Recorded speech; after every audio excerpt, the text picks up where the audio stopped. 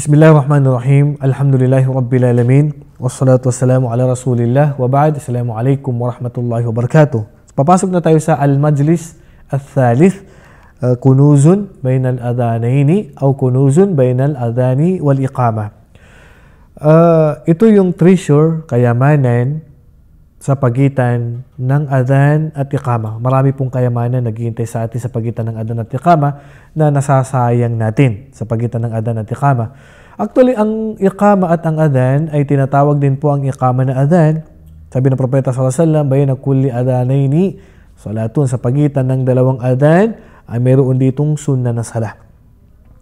So, isa sa mga sunnah na salah na nakakalimutan natin sa pagitan ng dalawang adhan, so pwede tayo magdua. Magsagawa ng sunnah sa pagitan ng adhan. Pwedeng unlimited, pwede rin konti lang, pwede rin damihan ang pagitan ng adhan at ang iqama. So, siyempre, ang isang taong nag-adhan ay magdudua sa kanya lahat na makakarinig sa kanyang adhan. At ang taong taga-adhan ay yung pinakamahabang liig sa araw ng paghukom, which is sa kabilang buhay, napakagandang katangian nito dahil nakikita niya lahat ng tao sa kabilang buhay, napakatangkad niya. Yung taong taga-adhan ay napakatangkad niyan kasi mataas po yung kanyang liig sa araw po ng paghukom at magdudua pa sa iyo ang mga nakakarinig dito at maghihingi ng kapatawaran para sa iyo sa sino mang nag-aadhan. At lalayo ang syaitan sa pagkarinig niya sa adhan, ay lalayo ang demonyo. Kaya naman, ang gina sa mga ulama, sabi nila, ang bata, pwede bang mag-adhan at mag-iqama sa tenga niya? Adhan sa kanan at iqama sa kaliwa. So nagkaroon dito ng opinion ng mga ulama at ang pananaw ng karamihan sa mga ulama ay sunnah na mag-adhan sa kanan at mag-iqama sa kaliwa. Pero ang pananaw ng ilan sa mga ulama, ito ay bid'ah. Bakit? Kasi konti lang naman po yung hadith na naitala dito. Pero sabi ni Sheikh bin Baz, dahil sa pagdami ng kanyang turok ng chain of narration o sa salaysay sa hadith dito, ay napalakas po yung hadith na pwede pong mag-adhan at mag-iqama sa tenga ng bata pagkapanganak sa kanya. Ngayon, pagkatapos ng adhan, siyempre, susundin natin yung adhan. Ang sunnah ay susundin mo yung adhan. Ang iqama, ganun din. Kaya nga, ang pananaw ng ilan sa mga ulama, ang adhan at ang iqama, pag sinagawa niya ang adhan, pareho lang sa iqama, tanggap pa rin yan. Walang pagkakaiba. Kung ang adhan niya at iqama ay isa lang, wala pa rin pong pagkakaiba. Kasi tinatawag din pong adhan o ang iqama na adhan. Kaya naman, ang sunnah po susundin po natin na binibigkas po ng nag-aadhan. Ang sunnah ay bibigkasin natin ang binabasa ng nag-aadhan maliban sa hayya ala sala at hayya ala al-fala, dahil ang dua natin dito ay la hawla wala quwwata illa billah. Sa nag-aadhan naman, hindi po kondisyon na kailangan ikaw po ay nakapag-wudu o wala kang wudu. Basta pag ikaw ay nag-aadhan, pwedeng mag-aadhan ng kahit walang wudu. Pwede mag-aadhan.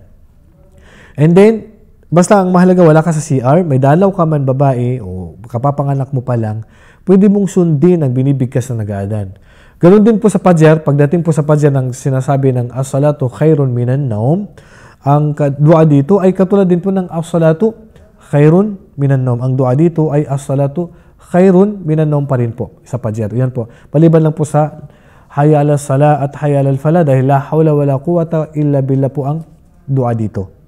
Then pagkatapos po ng adhan, ang dua naman po ay ang dua na tinuro ng Propeta sallallahu alaihi wasallam na Allahumma rabb hadhihi ad-da'wati at-tamma wa salatil qa'ima ati Muhammadan al-wasilata wal fadila wa ba'athuhu maqaman mahmudan alladhi wa'adtahu. So ito po ay dua na babasahin natin pagkatapos po ng adhan, at ang Propeta sallallahu alaihi wasallam ay magkakaroon tayo ng karapatan na mamagitan sa atin ang Propeta sallallahu alaihi wasallam paglagi natin pananatilihin ang dua na ito every matapos ang adhan. Subhanallah.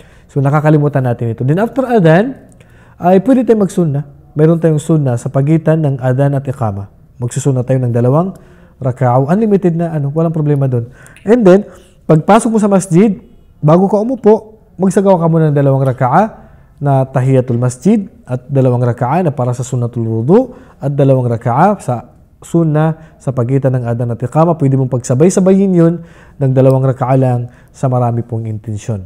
Mayroong sunan ar-rawatib, may sunnatul wudu, may tahiyatul masjid, at tinatawag natin na sunnah sa pagitan ng dalawang adhan. So, pwede nyo pong gawin to pagpasok nyo po sa masjid.